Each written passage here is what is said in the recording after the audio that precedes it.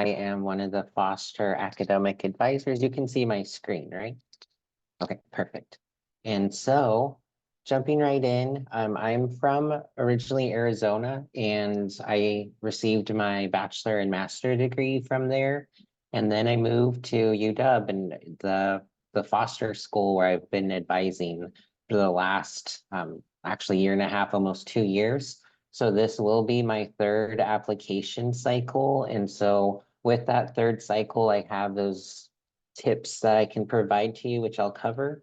And one of my advice to you now is just ask for help early. That's going to be key with just everything in life.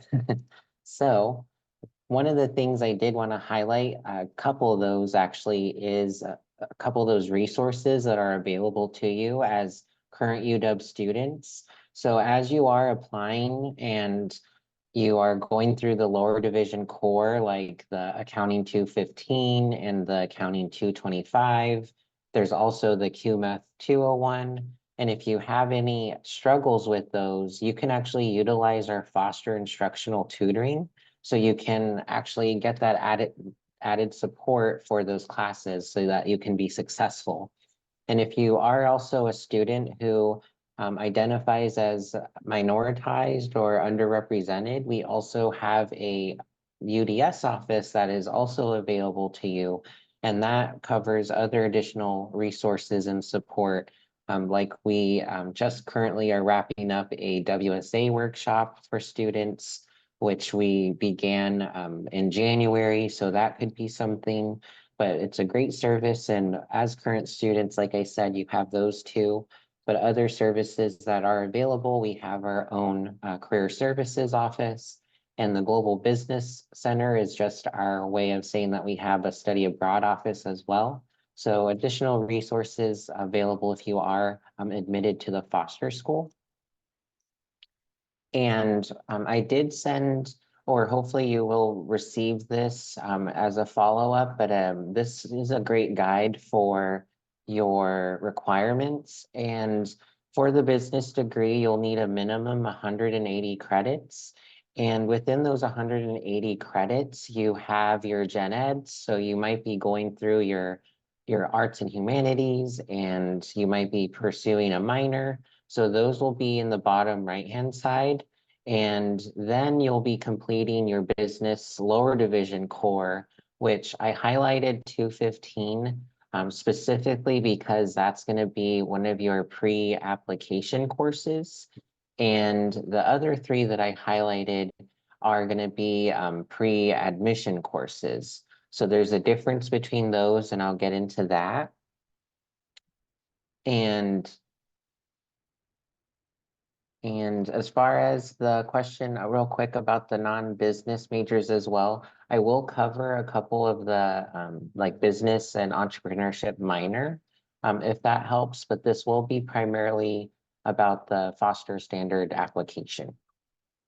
And so as far as your upper division core are concerned, those will be courses you would be taking when you are admitted to Foster, and those will be at the upper left-hand side. And regardless of the major that you choose, let's say you want to be an accounting major, you will still have a major, or not a major, but a class in information systems. You'll also have a class in marketing. You'll see there on the list, there's also a finance class. So we like to call our business students business generalists, regardless of the major they choose. And this graphic shows what it would be like if you chose the business administration degree.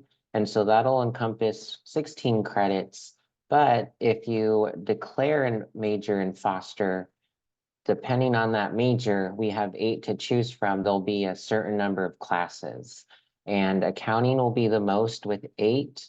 And if you are looking at the STEM options, operations and supply chain, and the information systems are classified as STEM with Foster.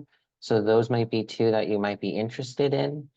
I'll let you know now that it does not matter what major you choose, because we will be capacity constrained by the actual school at large, not by the individual major.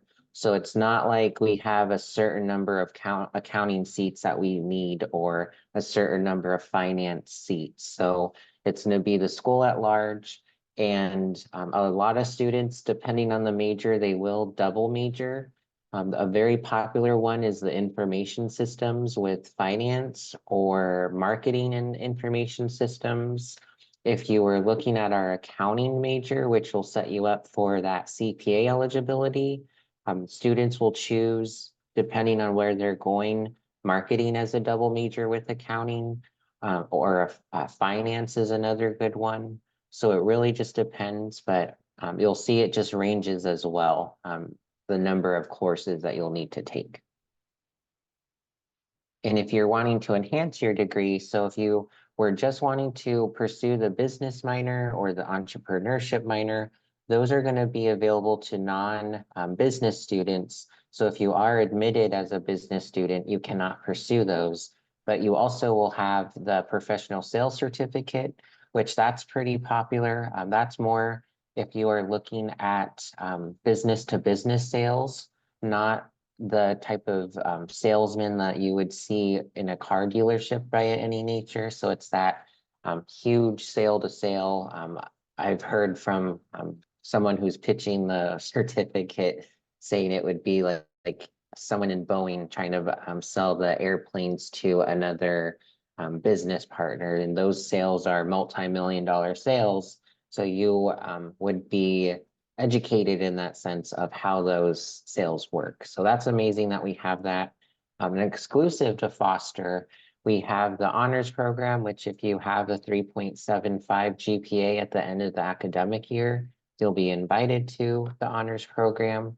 And a popular certificate, which is the Certificate of International Studies in Business.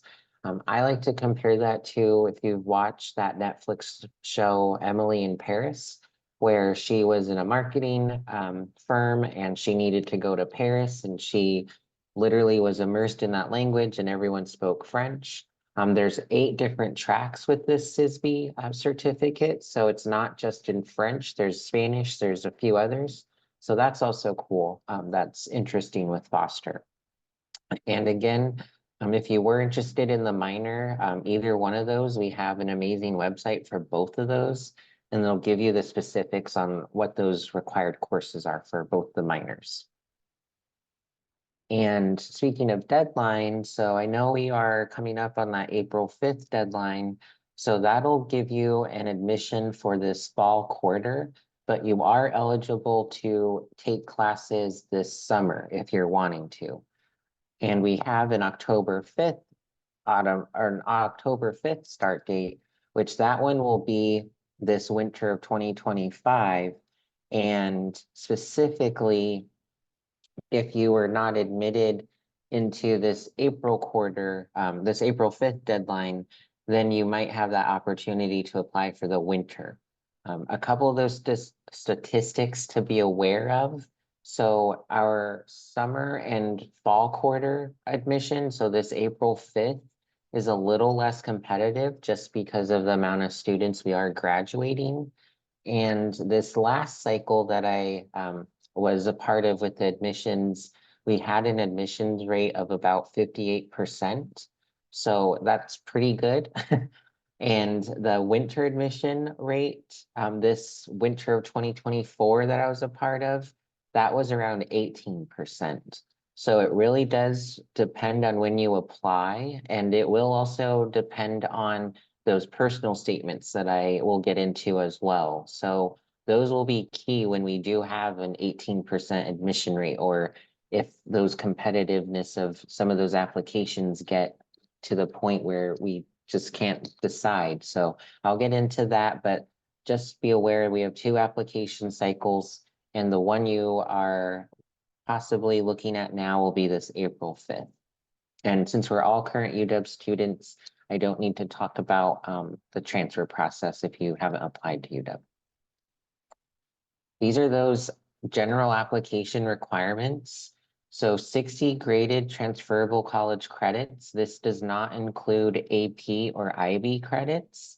And we will also need a minimum of a 2.5 GPA That'll be with your cumulative and also those business courses you've taken and a writing skills assessment. So you will hopefully be registered for that. The deadline to be registered was tomorrow. So if you are applying for this April cycle, make sure you are also registered for the WSA.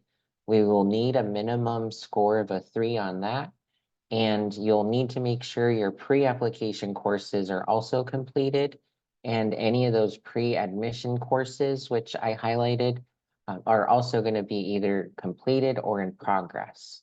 And getting into that prerequisite coursework, you'll see with the pre-application, we need calculus completed, so math 112 or 124, English composition, financial accounting, and microeconomics. In this chart here, you can see if you have both macro and microeconomics completed and your macroeconomics is higher, like you received a better grade than your micro, then you can actually report that the macroeconomics grade in that pre-application GPA, and your microeconomics GPA or microeconomics grade will fall in with the pre-admission.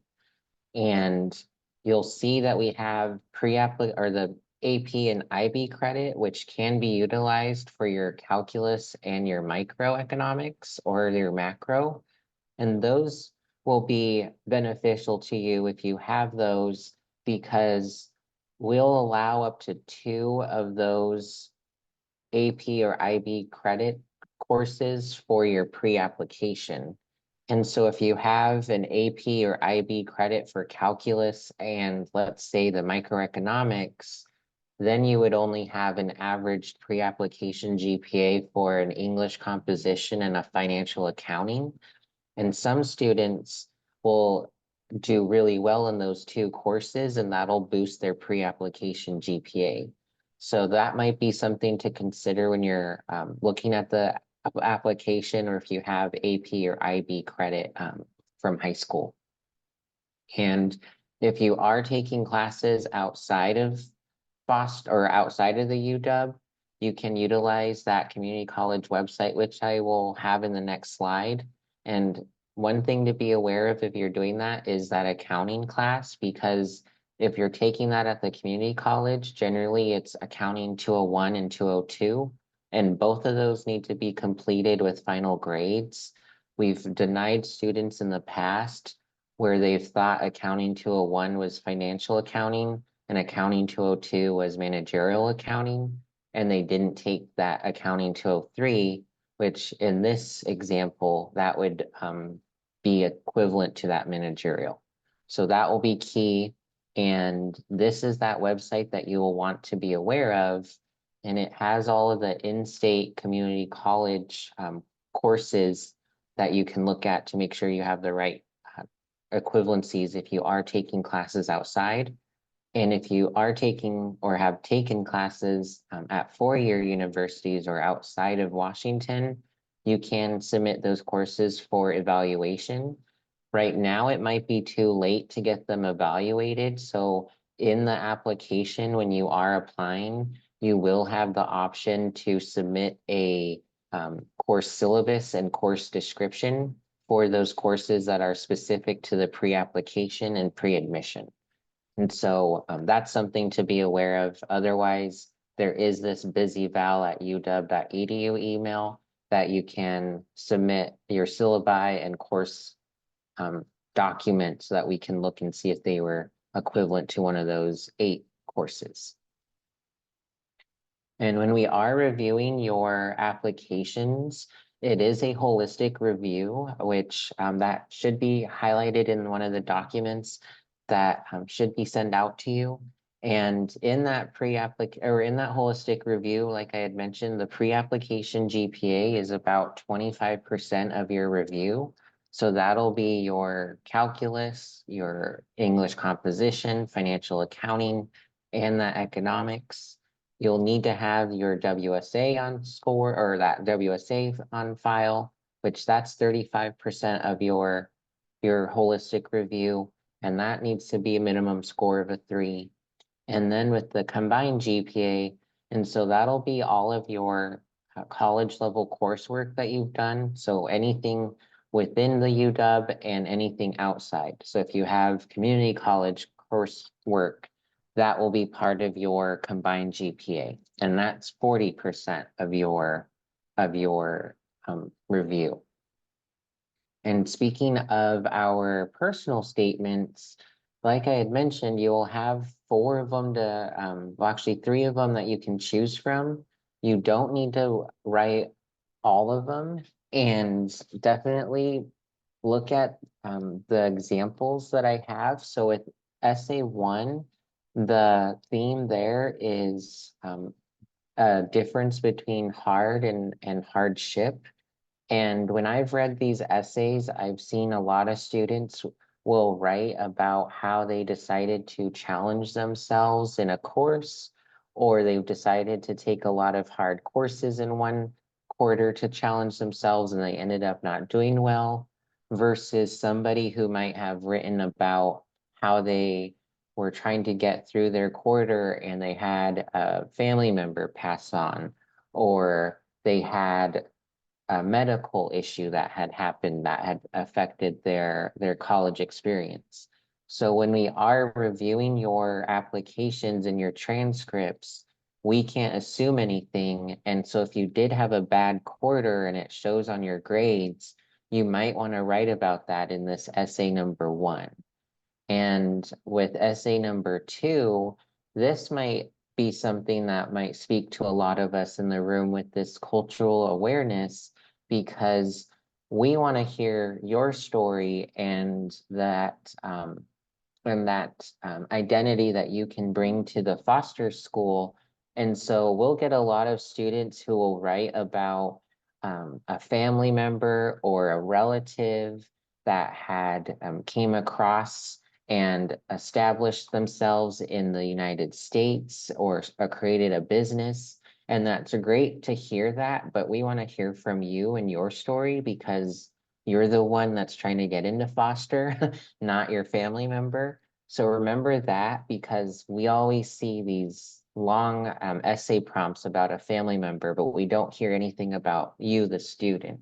So with this cultural awareness, we also will hear about how a student will come and visit a country, or in this case with us, how we decided to go to the United States for our schooling. And that is great, but it was a choice for a lot of us. And so I would like to speak about how we might want to write about the experience that we're bringing from that place that we're leaving from. So highlight that, because we will also get students who will write about a study abroad experience that they've only experienced, a month or 2 in another country, and they feel like that was their cultural awareness. And that's necessarily not the case with this essay prompt. And so your essay number 3 is going to be about your leadership. And we see a lot of students who will just write about their experiences, or that it'll read more like a resume. And we don't necessarily want to see that. We want you to focus on 1 or 2 of those experiences that show a lot of your leadership, both inside and outside of the classroom. And a lot of students will forget about the lens of if they take care of younger siblings at home because their parents are working, or if your family owns a small business and they expect you to help with the small business. That could be leadership because you're currently a student, and that would be, that leadership outside of that classroom that we would like. With these essay prompts, you don't need to write all 3 of them. There is a restriction of 6,000 characters, so that's going to be total. And that last question that I have starred, anything else that you would like to provide is very open-ended, and you can pretty much write anything there. We've had a range of people write about how much they want to be in the business school versus somebody who felt like they didn't get to provide one additional thing that they felt like they couldn't put somewhere in the application, and that was the space to do it. So that will have a restriction of 750 characters as well. So that's going to be excluding the 6,000 total that you have in those 3 essays. And I know another big worry about our application is the writing skills assessment. So I'm going to cover a section about that. And hopefully if you are registered for this WSA, or you should be if you are going to be applying this April 5th cycle, but you can also be registered and take this WSA if you are not planning on applying this cycle, or if you're not eligible to apply just yet. I recommend doing it regardless because you will have that experience in the setting of the WSA. And like I said, it does close by tomorrow, so you'll need to be registered by tomorrow if you will be taking it this Friday. And just a couple logistics to be aware of. It will be offered remotely, so you'll have from 8:30 a.m. to 7 p.m. to take it. It is 90 minutes, and I do recommend taking it during the day. Don't wait until 5 or 6 o'clock at night to do it. If you can, dedicate some time in middle of the day to do it if you are taking it this Friday. And you're eligible to have that score you receive for up to 2 years. So if you are not going to be applying this cycle, you can at least have a score on file, and you might do really well this cycle. And I get a lot of students who will say, what if I get like a 5 on this first time and I take it again and I get a 3? We will take your highest score. So it's not like if you got that 3 the second time, we'll take the 3. And again, it will be valid for 2 years. So that will also help you out. There's going to be 2 different areas and tasks. So there's a persuasion task and a position task. And we recommend utilizing the Odegaard Writing Center for assistance on any of your grammar or organization, but it's also going to cover critical thinking. And we recommend looking at the online presentation, which I'll provide in the chat, and also the just business journals or the Wall Street Journal, just to see how the writing is and the themes are. And one item that you can also utilize is the online presentation, like I said, that I'll put in the chat. But this is one of the tasks that you can be, or sorry, this is going to be 2 of the tasks, and the position task you'll see will have a theme of a workplace scenario, and you'll have both numerical and verbal data that you need to look into and think about. And you'll also need to be thinking about like the audience and addressing that in the prompt. And in the position task, it's more of your asserting your position on a statement. So you'll need to be backing up your position on that task at B, and we like you to, like I said, critically think and back up your statements. There isn't any right or wrong answer, so whichever one you choose, that's fine. It's more of how you are going from point A to point B. And I have one of those examples, like I had said, the persuasion task, and this one is one of those examples where you'll see a lot of numerical and verbal data that's thrown at you.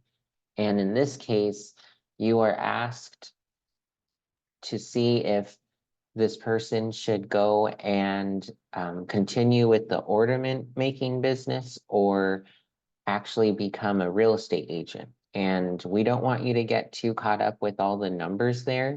We want you to focus on the main task at B, and don't start to waste time calculating a lot of numbers or multi-million dollars in figures, because you'll need to explain how you're getting those answers too. And it's we're wanting you to just keep it simple, because we're also seeing that critical thinking aspect. So talking about how you're explaining yourself in that numerical and verbal form will help you too.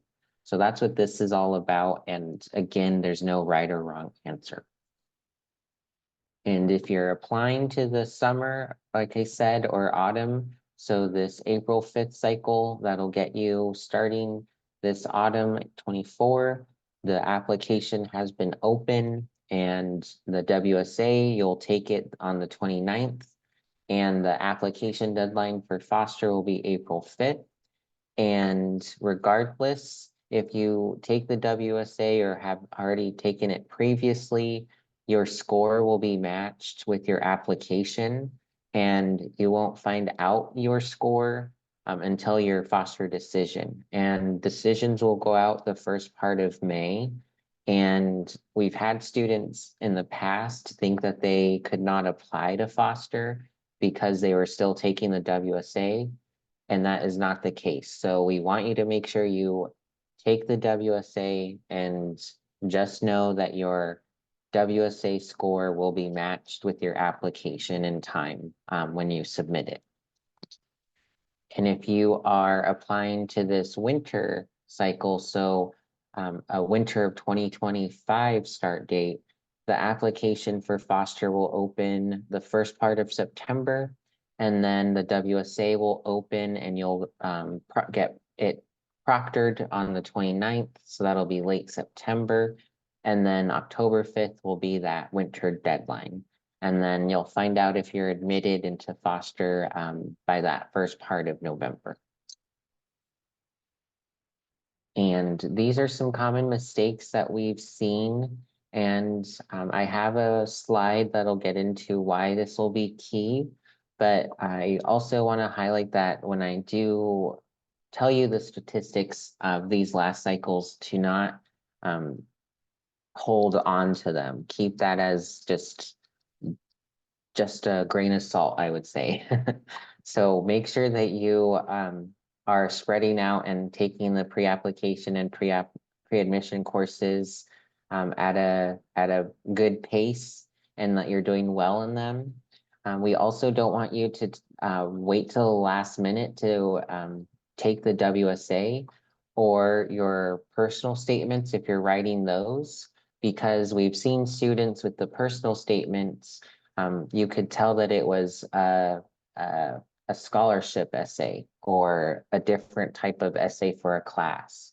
So if you are gonna be reusing old essays, just make sure you edit those. And with the WSA, we've had students who've met all of those pre-application requirements, but they didn't get the minimum score of a 3, and that will be an automatic denial. So practicing the WSA is key.